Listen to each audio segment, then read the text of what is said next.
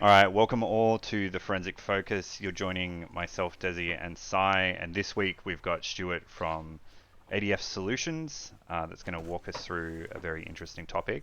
Before we get started, though, we always forget to do this right at the top, but if you are listening to us on whatever platform, if you could like and subscribe if you haven't already, that really helps us out. If you're listening to this on whatever your preferred platform is, you can watch the video on YouTube or on the website. So you'll get to see our beautiful faces live. If you're watching this and don't want to see our beautiful faces, you can listen to this as a podcast. That's probably the better way. Or what I do is just like minimize YouTube while I'm working, so you can also not watch our faces while we're doing that. But you can pretty much find us anywhere: Spotify, Apple, iTunes, on the website, on YouTube, wherever it is. And there's a transcript on the website as well. So if you like reading along or you just want to skim through it or use AI to summarize everything that we talk about, you can grab that from the website. Now, or you decide you don't like our voices and would rather have it read out in a different way. You know, also another valid option nowadays. Options all over the place. If you are going down that route, I would suggest using like Ryan Gosling as my voice over the top. Maybe... And just sub me in as Rocky. If you haven't seen Project Hail Mary yet, do that. It's a brilliant film. No. As opposed to Rocky and Bullwinkle. Or Rocky Balboa. I mean, under any case, yeah. All right. So, welcome, Stuart. Thanks for joining us. I was saying before we started, it's fantastic having someone on at a really good time slot for me because it's only 7:30 p.m., which is fantastic. But welcome to the podcast, the show. Thanks, James. Could you give us just like a little bit of background about yourself, like how you've arrived to where you're at with ADF Solutions at the moment? Yeah, absolutely. So I'm ex-law enforcement. I spent 23 years with the Met Police in London. I've been in the digital space since the late 90s, early 2000s. As is usually the way, I ended up here purely by mistake. I was a close protection officer, would you believe? And I'd returned to New Scotland Yard to book in my firearm because we're not allowed to wander around with them in the UK. And we were going up we call them lifts. Everyone else calls them elevators. And the two guys in front of me were from a financial investigation team. As part of an Al Qaeda terrorist investigation they were doing, they'd encountered an Apple iMac, first generation Apple iMac. And I'm a photographer as well, and I had one. I was the only person in the building that had one. So this was literally on, I think, the Wednesday. On the Monday morning, I was in Pasadena on a guidance software NCASE basic course. So there are two... There's a follow-up question that's clearly going to come out of this. If you had a first-gen Apple iMac, as I did, what colour was it? I had a grape one. Same as mine. Yeah, purple. Purple, yeah. And obviously, the biggest issue I had sitting in the NCASE class was it was all Windows based, and I'd done like computers at school, you know, like high school and stuff. And I remember that the instructor, how he was talking about the master file table and all of this sort of stuff, and it was great, and I understood it. It was just kind of, I'd stick my hand up and sort of say, well, okay, that's fine. Is that what I'm going to see on a Mac? And after about the first 2 or 3 hours of me asking, is that where I find it on a Mac? The guy sitting next to me was a US Secret Service agent, and he said, look, just shut up. It's all different on a Mac. You're in the wrong class. There isn't a Mac class at the moment. But phone this guy, and he gave me a guy called Derek Donnelly's telephone number, and Derek was at Apple at the time, heading up internal security for Apple, and I phoned him that evening, and that evening he sent me a load of Apple-specific forensic tools, and that collection of tools went on to become Black Bag Technologies and Blacklight. And so I spent another probably 8 or 9 years with the police, resigned from the police, joined Black Bag Technologies, and that's how I kind of moved from a practitioner into kind of a vendor space. And spent some time at Black Bag. They got acquired by Cellbrite. I then moved to Oxygen, and I've been here at ADF for about 8 or 9 months now. That's a fantastic origin story. Just I was in an elevator and I happened to own a Mac. Yeah, that's it. That's how it all started. Right place, right time, or wrong place, wrong time. It depends on your viewpoint. But yeah, Yeah, and here I Oh am. man. I'm going to say in British law enforcement at a certain point in time that seemed to be the way to get into the industry. Was people went, okay, everybody put their hands up who's got a computer, right? You're now digital forensics. So That's exactly as it was, and it was the same for the two guys in the Yeah. lift. They were they were both financial investigators, and they were probably. It's a little bit like you're all standing in a line, isn't it? And instead of stepping forward, everyone else steps back, and these two clearly weren't paying attention. And this is obviously, this is going back donkey's years. It's that, we were three nerds sitting in a cupboard, and we were lucky if a desktop tower came in once every 2 weeks. Times have changed slightly now. Yes, yeah. I mean, to be fair, you're still you're now lucky if a desktop tower comes in once every 2 weeks. It's just that everything else is coming in the interim. Yeah, hanker. And for generally, with, still nerds in a cupboard. The cupboard's just got slightly bigger because they're trying to fit more nerds in there to do the work. Yeah. It's now 4 floors. I remember when I started, they just shoved us in an old server room, so you had to wear a jacket because they never replaced any of the HVAC. So it was freezing in there because you used to have these towers making it really hot, but then they took them all out and just shoved us all in there, and we're like, all right, go do your thing. Yeah. Thanks. Oh, that's fantastic though. So I guess we've got you on today because we're going to talk about the title, which I don't know. Do we have titles for the episode? I'm not even sure, Si, but we never have. I did actually notice this yesterday, that for the first time ever we have a title.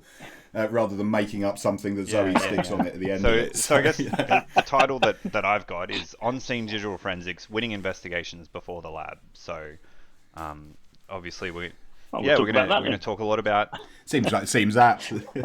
Probably first responders getting there and probably not so technical people working with stuff as well, and a whole bunch of stuff to get into that. But I guess like let's set the scene. So like how are you guys approaching this? Like are we talking about officers that have no training, people who have training, a mix of both? Like where are we starting with this? I think it's a bit of both, to be perfectly honest. I think from an investigative point of view, and this spans both law enforcement and to a certain extent commercial.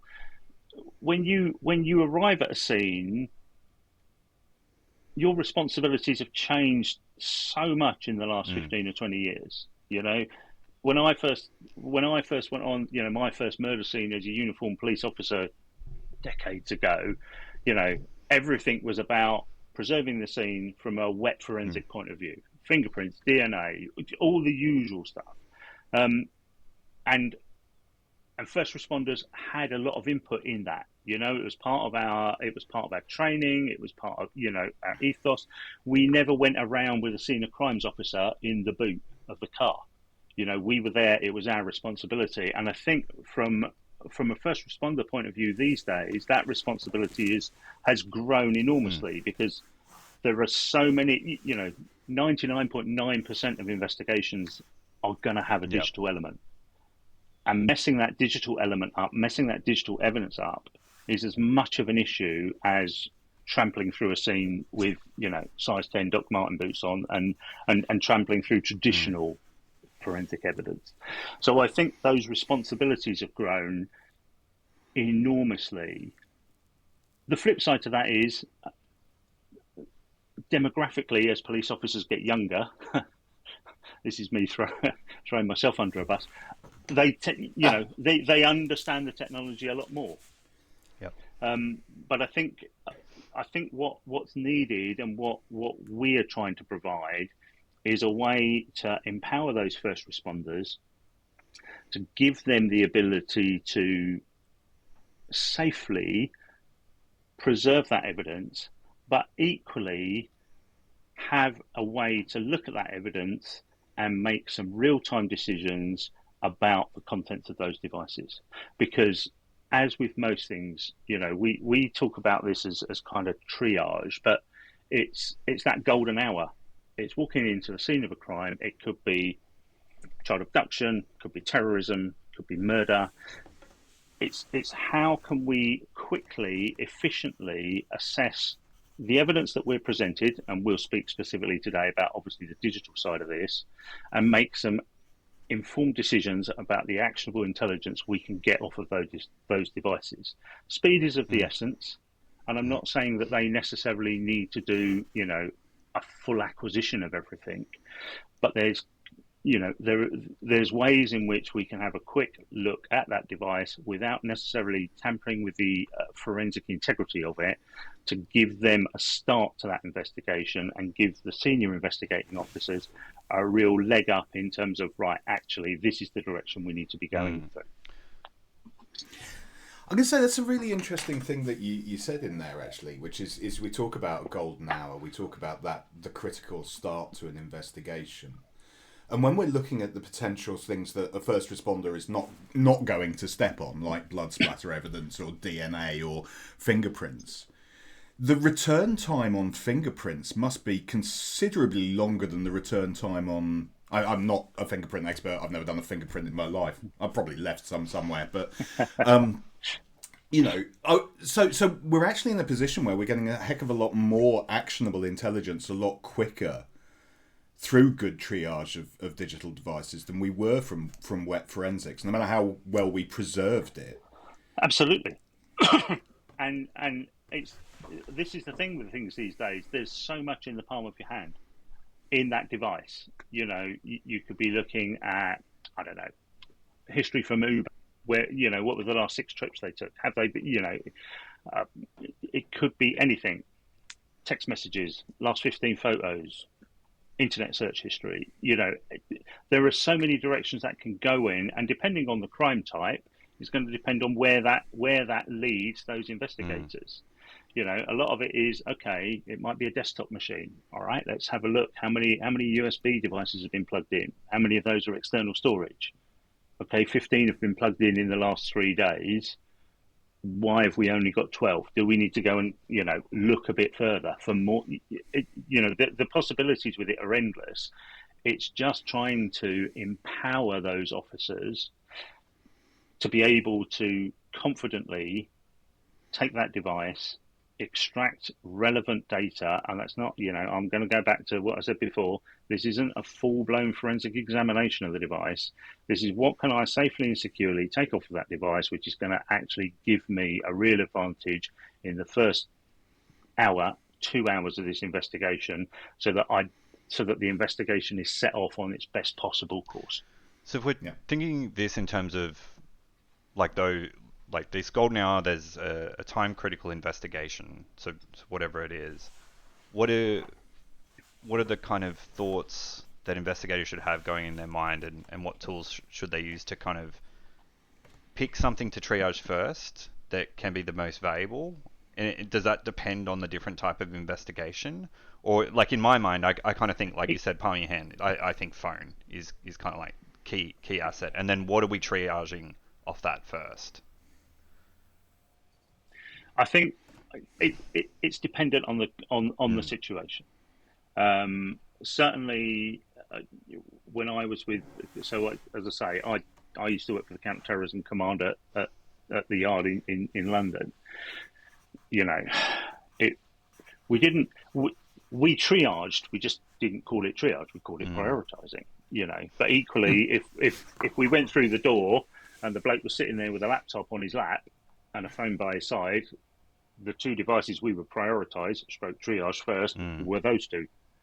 It was then, it's the 15 USB sticks in the drawer in the spare bedroom that kind of get pushed back. And from a CT point of view, and this, we used to take everything. Everything used to come in. So from that point of view, a lot of that triaging, a lot of that prioritizing was done right back at the lab, and everything got done. Now that again is going back a few decades. The amount of data was still quite high in comparison to some other investigations, but that was predominantly because we took everything. Now we're getting to the point where, do we really want to be taking the wife's iPad or the children's iPads or the wife's laptop from work? Yeah. What there's a lot more there's a lot more thought that needs to go into kind of the collateral intrusion side of investigating digital devices. So we're not at liberty in the same way now where, okay, we're going to go in, we're going to put the door in and we're going to take everything and we're going to analyze everything. Every single bit of data on all of those devices is going to get looked at. That doesn't happen anymore. It shouldn't happen anymore. And I think from essentially a non-digitally forensic trained first responder, that's never going to happen from their point of view. It's about having the ability to sort of go in and say, right, okay, well, this person's been arrested. Here's the iPhone in his pocket. Right, what can I get off of that? Because that's the other issue with this, is what physically can we recover from that device? What state's it in? What can we recover from it? And how can we use that data? How can we use that intelligence to drive this investigation forward? So, I mean, where are we at in terms of ADF's offering on this front? What is an officer actually taking through the door with them to achieve this triage? So it kind of depends on what they find on the other side of the door. From an ADF point of view, we've got it on ruggedized tablets, we've got it on laptops. That's probably what they're going to be taking through. Most of the stuff, we've got capability. Most of the stuff with the laptops and the tablets gives you access to both computer forensic side of things and mobile forensic side of things. So computer devices and mobile devices. It's a plug and play solution, as long as that you need that phone unlocked. The whole point of the triage is, okay, let's get it done in, the golden hour or the first couple of hours. If the phone's locked, clearly there are other vendors on the planet that will unlock it for you, but that could take 3 weeks, it could take 6 months, it could take considerably longer.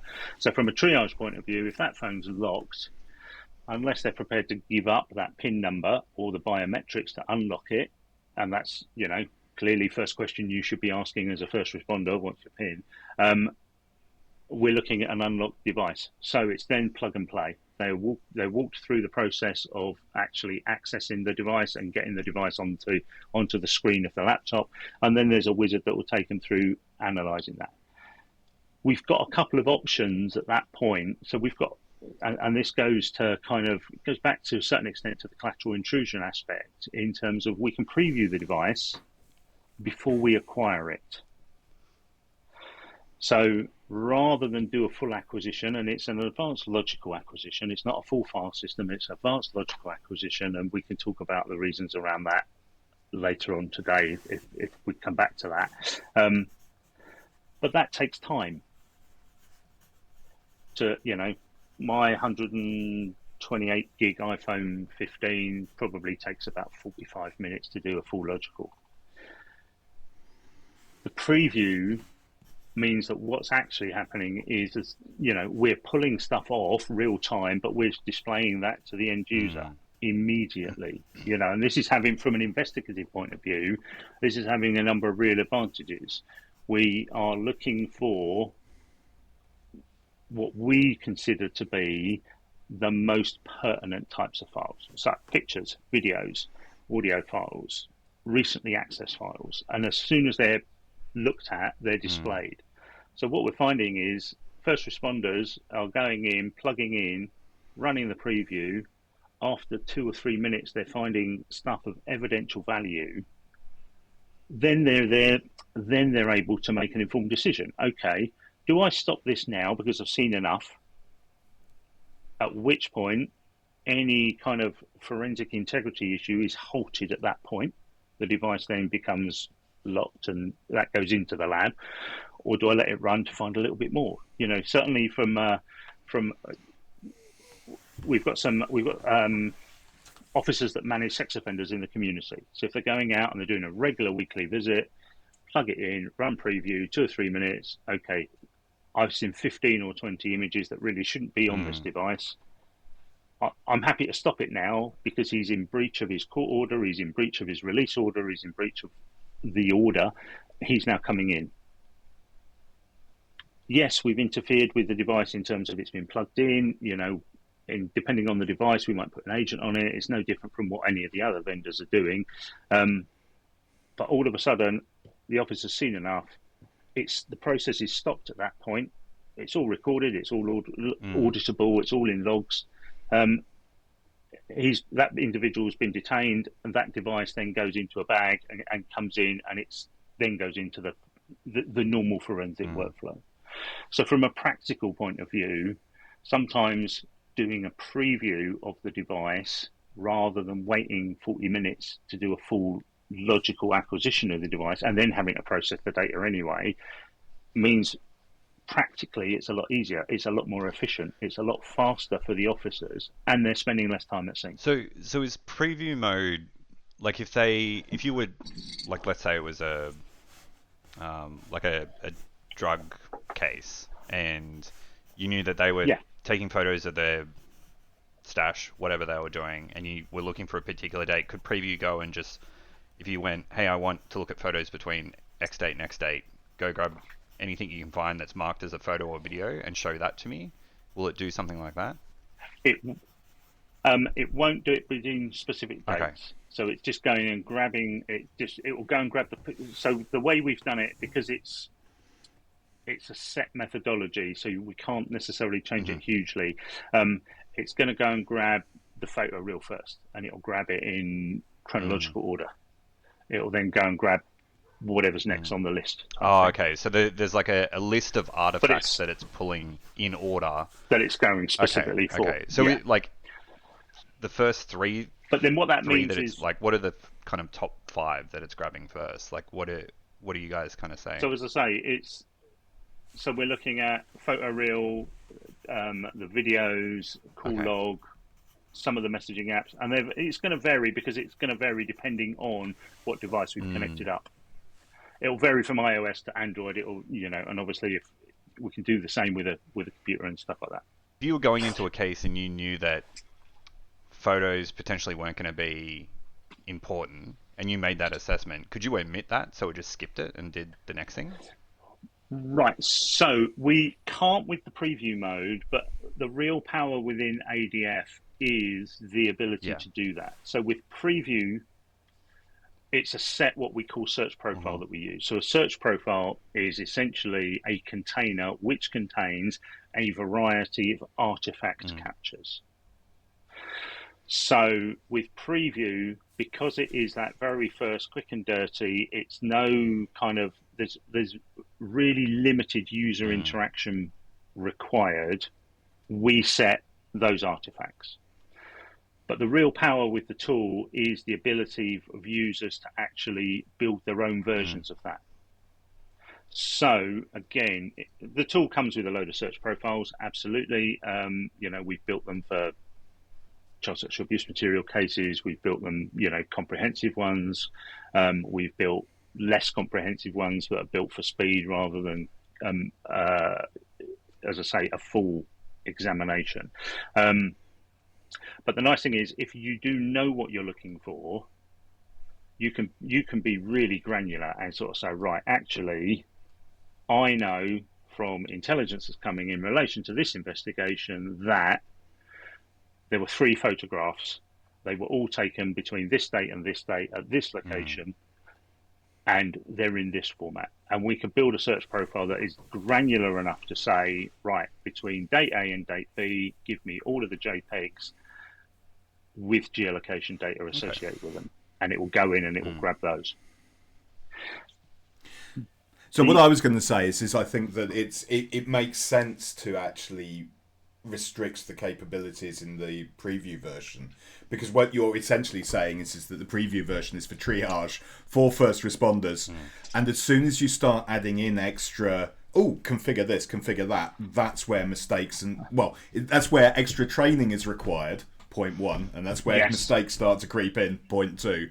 So on the one hand, it seems to be perhaps restrictive, but actually in reality it solves a lot of issues It's by it's one of those things that's designed to cover 75 to 80% of all cases. It's and part of the training that we give with the tool explains that this run this first. If you don't find what you're looking for with this, you could be outside of that 70 to 80%. However, you can then run a number of the other search profiles if you want to, and it's having that staged approach to all of this, and it's not just using preview. It's triaging generally. It's you're weighing up time and essentially effectiveness. Do I want to be on scene for 20 minutes? Okay, I'm going to run a really quick one. I'm 90% sure that the quick one will bring back what I'm looking for. Oh, okay, it hasn't. All right. The next level up is going to take me maybe an hour. Okay, it's going to be looking for different artifacts. It's going to be looking in different areas of the device, and it's going to be, the smoking gun, as it were, wasn't in that first search. That's what we were looking for. It's not on the device. So I need to look at the device in a little bit more detail. Okay, run that one, and then run up. If that comes back with a negative result, it's only ever if there's a negative result. Look, if there's a positive result and you've run a really basic scan, but you found what you're looking for, happy days. It's taken 20 minutes, job done, put the device in the bag and it comes in. It's if it come back with a negative result, and this is this is the really important thing, and it's applicable to first responders as much as seasoned forensics professionals.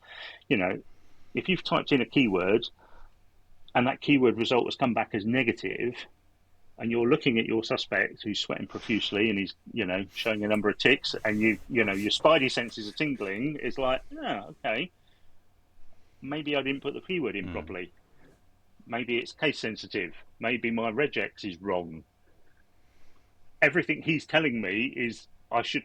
Okay, I'm going to look for something slightly. I'm going to take it to the next stage. I'm going to look a bit deeper, and that's the important thing. And this comes back to part of the training, and getting people to understand you're the investigator. This is just a tool in your toolkit, and I think generally within the industry, we're going towards that kind of automation, one button forensics type approach, whereas and we're taking the human investigation element out of it.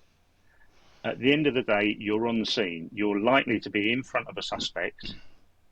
Don't forget the fact that you're an investigator. If the tool isn't telling you what you think it should be, and your suspect is giving you a number of clues that would suggest that you should be seeing something that you're not, okay, move it to the next level. And I guess working closely with law enforcement, do you manage to get much feedback in the sense of how often these first fast triages are working versus switching to a more in-depth mode? Yes. Now, it's difficult to talk in a huge amount of detail about that, because, as you say, we work closely with law enforcement. Yes, a number of forces have had some really significant successes. Again, certainly in the management of sexual offenders in the community,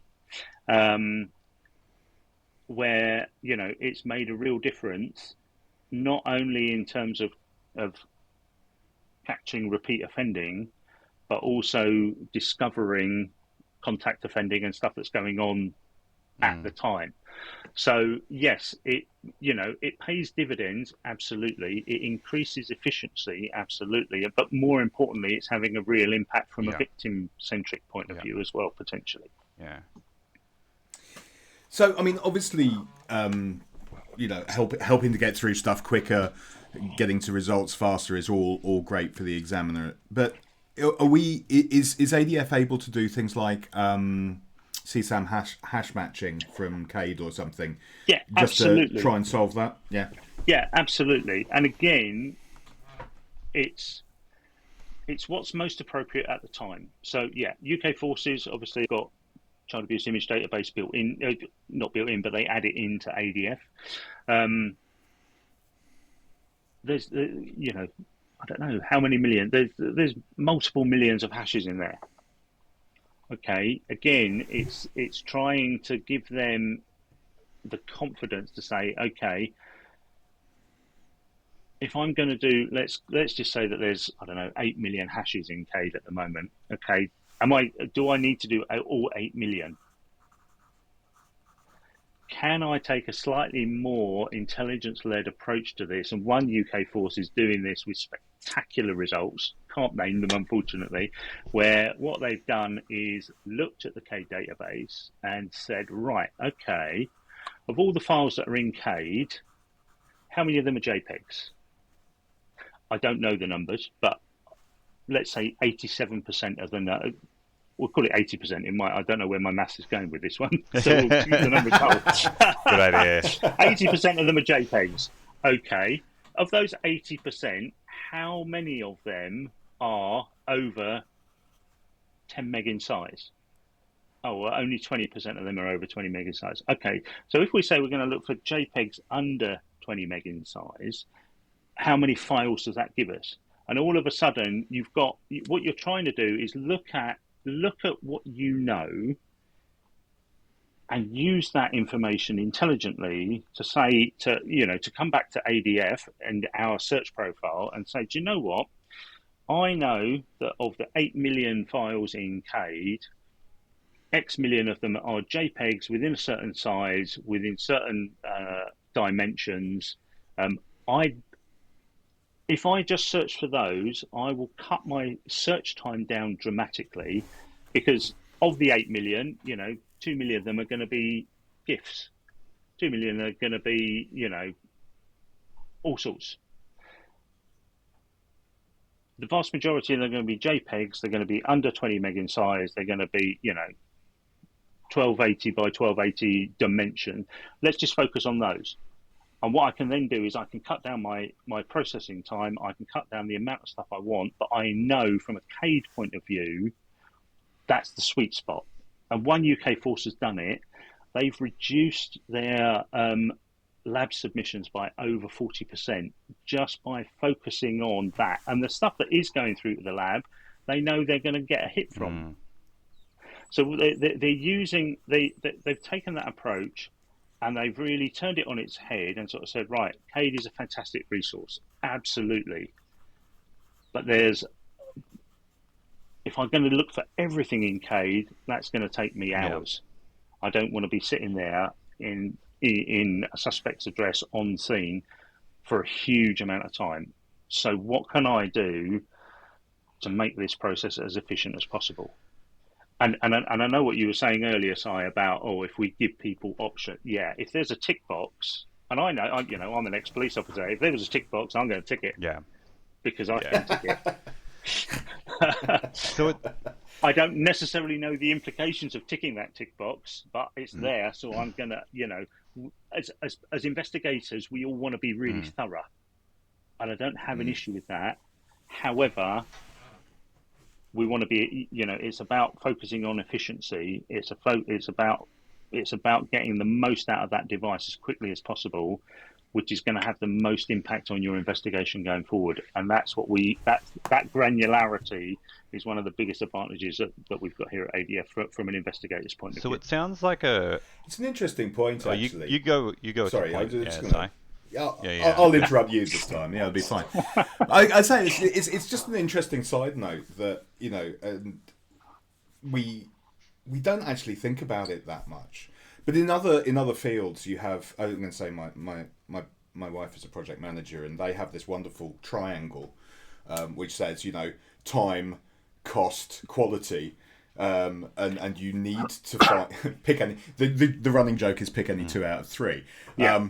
But the reality is you need to offset them against each other, and we don't really think about that when it comes to forensics necessarily, especially for the untrained, which is, we all want perfect results, but perfect results take time and they take resources, and if you're running it on a small tablet and you want it done in 30 minutes to get results, you're not going to get all of the answers you're after.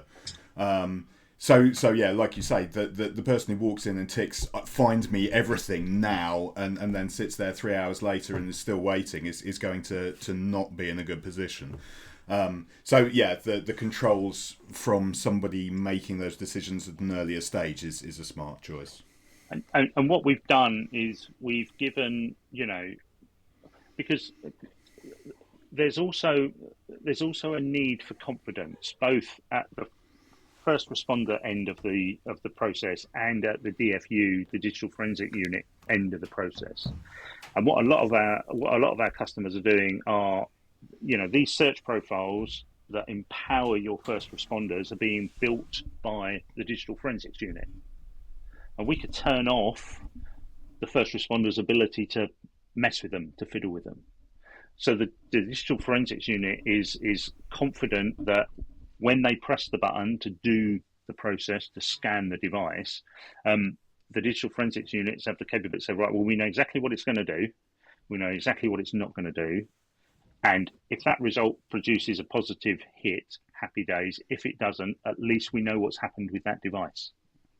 We've given that first. We've done all the legwork for the first responder. All they've got to do is press the button and review the results and see what's Yeah. there. So it's important because, again, and I'm an ex-digital forensics officer. The last thing I wanted was to have a device presented to me in a bag, which, it was clear that the phone had been examined manually, but the officer's notes were 3 lines long.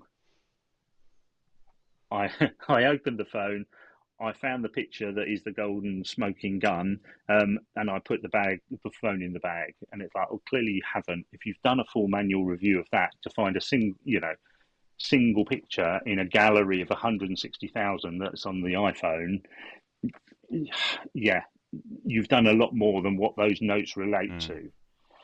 And so, it's important that when that device does go into the evidential chain, there is a level of integrity there. And by giving DFUs the ability to build those profiles, that level of integrity is preserved as best as possible. So this sounds like a really positive loop of where you've got the DFUs that can set this search profiles for the initial triage and lock them down to their forward teams. But then the challenge of training the first responders to knowing the limitations as well. So using the CSAM example of we're going to cut it down to just JPEGs to speed up our search time. How is ADF, and are you guys part of this solution to try and train these first responders in, okay, these search profiles aren't searching for everything. So if there is suspicion, you either submit it or maybe you do run this other search profile that searches more of the CADE database. Yeah, I think yes is the short answer. So from a training point of view, my ethos has always been I would prefer to spend more time telling you what the tool doesn't do than what the tool does do, because that's really important. And the whole ethos within the training ADF is we're privileged that you've chosen to use our tool to assist you in your investigation, and you are going to make a significant decision based on what we tell you. So I need you to understand exactly what we can do and, more importantly, what we can't do. Because if you make that decision and it's wrong because of something that we've told you or something that you've misunderstood, that's not what we want. What we advise for most forces and most customers is, send first responders out with 3 search profiles, a quick and dirty, a one that where, okay, we need to go a little bit deeper because we didn't find anything, and one which goes considerably deeper and is really comprehensive. And then that empowers them at scene to say, right, okay, I know I do search profile 1 first. I know it's going to take 20 minutes, and if stuff comes back, happy days. Okay, it's come back negative, right. I can then make an informed decision. I can look at the situation, I can look at potentially a suspect, and I can say, I'm not happy with that. I know that the next stage is going to take me an hour, but from what I'm seeing in front of me, spending another hour here is probably worthwhile. Press the button, run it again. that's the best way to do this, because what you're doing is as I say, the most important thing is empowering that first responder. It's easy if you get a positive result. It's there. That's what everyone wants. It's the negative result that means the first responder is then put under a certain amount of additional pressure. I plugged it in. I've done what the DFU have told me, and it's come back negative. Now, is that because what we're looking for isn't on the device? Because we've not really spoken about triaging devices out of the process, and that's considerably more difficult than triaging stuff in. If we are looking at, say, the child's iPad, and if it's anything like my kids, physically getting it off of them can be a challenge, and it's easier to break a passcode on a phone than it is to get the iPad out of my daughter's hands. That's for sure. But if I want to leave that there, I need to be 100% sure there's nothing on it. I can't take the risk of leaving it there if there's inappropriate material on that device. So, sometimes it's kind of, okay, I'm not even going to do one or two. I'm just going to, for the triage that I want, for the devices that I want to triage out, I'm going to just run a really comprehensive scan across that. I want to be 100% sure there's nothing on there. So yeah, it's the training is important. Building confidence within first responders is equally important. It's easy from a DFU point of view. You're inundated with iPhones and Android phones, and from a first responders point of view, we ran a course we just yesterday and the day before. See some of their faces where you sort of tell them, right, okay, you need to put your Android device into developer mode, and it kind of glazes over. And then you go through the process, and so a lot of the training is building that confidence so that they can handle those devices, and they're not afraid to physically handle those devices. They're never going to be at the same level as a full-blown forensically certified phone examiner, but they should be able to handle that device. It's funny, isn't it? Because it's the interesting antithesis of what they're being taught about every other piece of evidence, which is, for God's sakes, don't go near it, don't touch it, keep your hands in your pockets. You don't go wiping up the bloodstains, and yet you're handing them this thing and going, right, now I want you to press this button, and this button, hold them down simultaneously for 30 seconds and see what happens. Yeah. So yeah, I can appreciate the perhaps slight reticence to engage. No, absolutely. And again, it to be brutally honest, it depends on the demographic. Some are a lot more, but I think we've gone, we've got to the stage now where, certainly with security on devices, Apple's stolen device protection, that window might shut the minute you put the phone in the bag and take it away from that location. Yeah. And this is what I mean, where the responsibility of officers first on the scene has gone through the roof, because if the smoking gun's on that iPhone and you've just stuck it in a Faraday bag and taking it off, that's it. That's, and so just putting ADF aside for a moment, having them understand the implications of that the implications of where technology is going at the moment, in terms of, okay, yes, I'm an iPhone user, I've got that. From a personal point of view, happy days. It's on, it's secure, I'm happy with it. From an investigative point of view, yeah, that's a challenge. And it's a challenge that we need those first. Look, it's easy. If it's a warrant and you're going out and you've brought a technical team with you, that's fine. They're going to know about that. It's when our first responders are at a scene, and it could be the scene of anything, a mass shooting, a terrorist incident, a murder, a child abduction. They need to be aware of all of those. Their responsibilities are considerably higher, and that's what we're trying to solve to a certain extent, is giving them confidence and the technical tools to make that initial interaction, A, evidentially sound and secure, but B, most impactful for the investigation. So, I mean, you did say that I mean, obviously, I would expect nothing less. But the triage is logged, audited, recorded. Everything is copied off safely. How does that feed into the next stage of the process? So, say you do seize a device, does that just automatically get carried into the case? Does it get added into the case, or is it that's been done and that's a separate thing to what comes next? Right. So, in answer to that, kind of depends. The most popular answer in digital forensics. Um, we can do a certain amount of analysis in the tool itself. And in fact, some forces here in the UK are actually doing all of the processing within ADF, right the way through to a charge level report. I'm going to say that it depends on certain circumstances. But we've got a logical acquisition, so that can go into other platforms if required. Or alternatively, some forces are then taking that device and doing, a full file system with other vendors' tools that enable them to do a full file system to get all of the data off. As I say, we've done a logical acquisition, and the whole point is, okay, is there stuff on here of evidential value? Is there stuff on here that is going to guide the direction of the investigation? And can we get it off quickly? But at the end of the day, if there is more on there, the vast majority of our customer base would then use a Cellbrite or a Grey Key to do a full file system, confirm what's been found in the logical, and then it will go into their evidential chain from that point of view.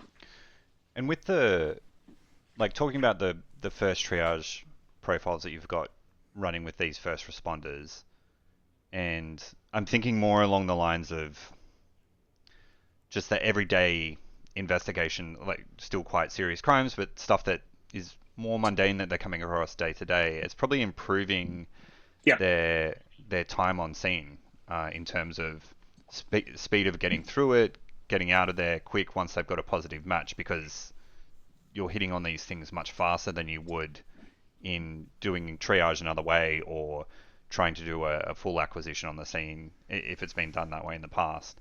So in terms of how are you guys seeing that when you're talking to law enforcement? How is that being a positive influence on the actual people doing the work and the first responding? I think from their point of view, it's beneficial from them insofar as, they're not having to wait. Their actions are impactful. Their actions are making a difference. If we talk, the other thing we haven't necessarily spoken about is our interactions at scenes with, say, victims or witnesses. There's a huge area around of trust. If I was from a victim of crime point of view, you've just become the victim of crime. You've got uniformed police officers or investigators are with you. And actually what they want to do is take your life, because your life sits on your iPhone, and take everything off of it and do a full file system grab of that device. And what we're saying is, certainly in the victim and witness spaces, well, actually what we can do is I can plug your phone in and I can show you on my screen that because of the functionality we've got within our search profiles, I'm only actually going to get those pictures that were taken between these two dates, and they can physically see those coming off, and then everything else is, so I think from an officer's point of view who is there with victims and witnesses, it's building a lot of trust. It's giving them a level of transparency with that victim's device or with that witness's device, that we're not grabbing holiday snaps from Marbella 15 years ago, or pictures of the kids. If they're a witness and they videoed an incident, okay, fine, show me where that is. Right, we'll pull that off. That's all we've got. And more importantly, here's your phone back.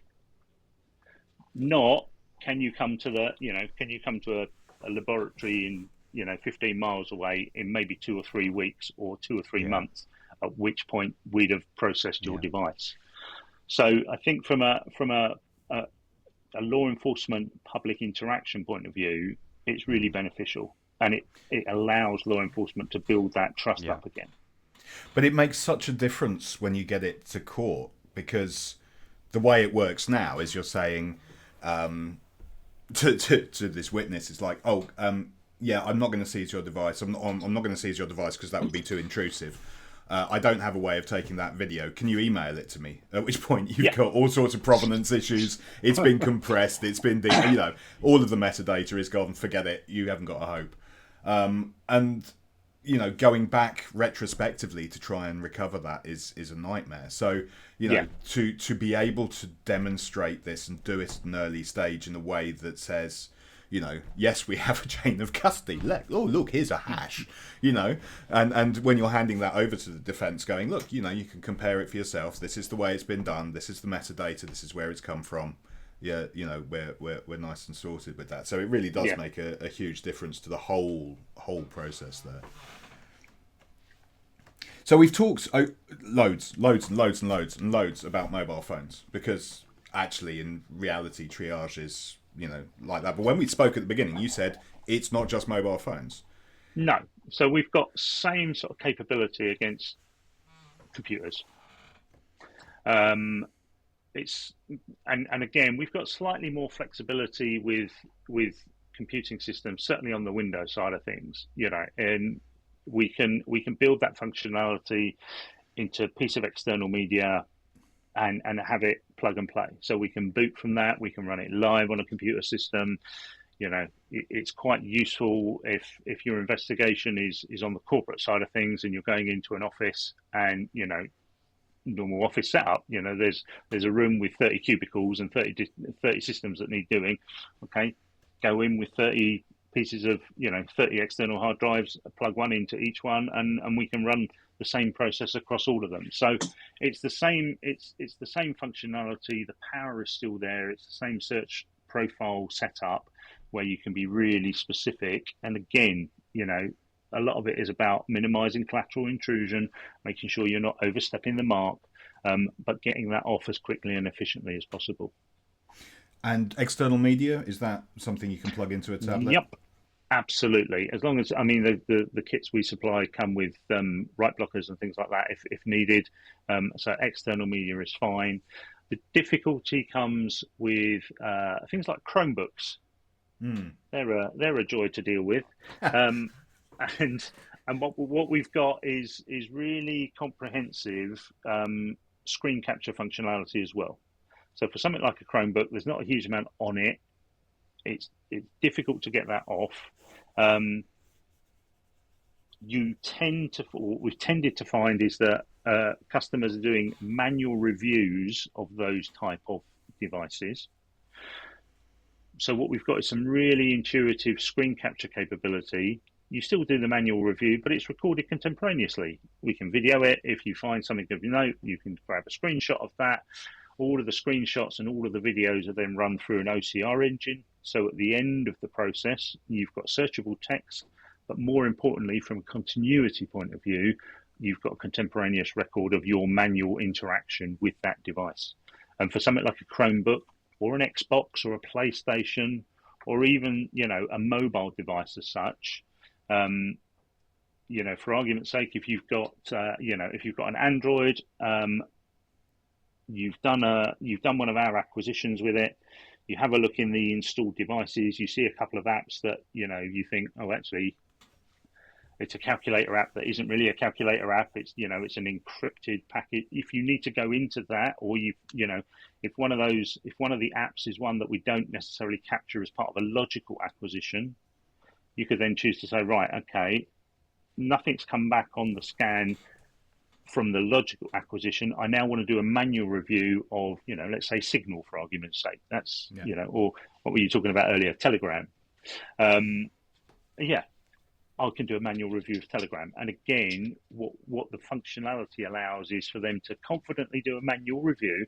They don't have to write down notes. So when it goes to the DFU for processing, the DFU aren't confronted with 3 or 4 lines of notes. they're confronted with a video that shows exactly what that individual has done, exactly which apps they've touched, and we've then got that continuity, which is hugely important, and again builds that confidence in the whole process. You mentioned PlayStations. You do PlayStations as well. You can anything with a HDMI out, we can do a screen capture of. Brilliant. Good so if they're messaging, and a lot of it on the kind of child sexual abuse material side of things is messaging and grooming over gaming platforms. They're difficult to deal with. I've had it come up strangely often as a defence for murder, which was, I couldn't possibly have killed him. I was busy playing FIFA at the time. And it's actually come up 3 times as a defence. Right. It's astonishing. But anyway, it's like, yes, grooming, obviously, chat, any of those things is, yeah. And it just means it's captured there and then, and it can be actionable there and then. And especially if it is a grooming issue, that can be actioned. The device, the PlayStation's still going to come in. It's still going to go into the lab, and they'll still deal with it as best they can. But we've got that information out. We've got that intelligence out. And does the OCR work on any HDMI capture then? Yeah. So yeah, we essentially capture it, video or stills, then it runs through the OCR engine, and then everything then becomes searchable. Which again, you then don't necessarily have to go through, 16,000 screens of WhatsApp messages and conversations. You can then start to, have a slightly more intelligence-led approach to it and do some keyword searching on it, which just brings up the relevant messages a lot quicker. Daft niche question: can it cope with foreign languages at all? I'm gonna not as well as a native speaker would do. How's that for a fairly vague answer? It's very reasonable. And again, I had a wonderful case, not dissimilar to what you're talking about, where I ended up with reams of images of a chat in Urdu, and my Urdu is not good, and it's like, how on earth do you process it? It's just like, so yeah. So we've got some technology built in which will essentially, it's not going to translate it for you, but it will kind of give you the gist, if that makes sense. And again, it's technology that we've brought into the product, but it'll give you the general idea of what's going on, but it's not a full translation model as such. Yeah, I mean, obviously, all of these things have an overhead, and the easiest way is to go out to the cloud, but that's not an option for forensic work. So it's difficult, and that's the thing. It's trying to manage that requirement for resource and against portability, speed, and things like that. So it's Well, I have to say, I mean, and as we come to the top of the hour, it's absolutely wonderful to hear that, this is something that's being given so much constant development time, constant work to get it right. We all know that we're just facing a glut of devices now. When you hit a scene, and processing time is the limiting factor. I mean, the DFU labs are horribly overloaded, so anything that we can do to reduce that, either by not sending them devices that they don't need to examine, or by being able to point at the ones that are the highest priority. Because if you've seized 15 things, you don't need 15 assessed for a conviction, and depending upon what the crime is, you may be able to focus your intensity in the right ways. So no, it's really, really good to hear. Thank you so much for coming on to talk to us today, Stuart. It's hugely absolute appreciated. Pleasure, gentlemen.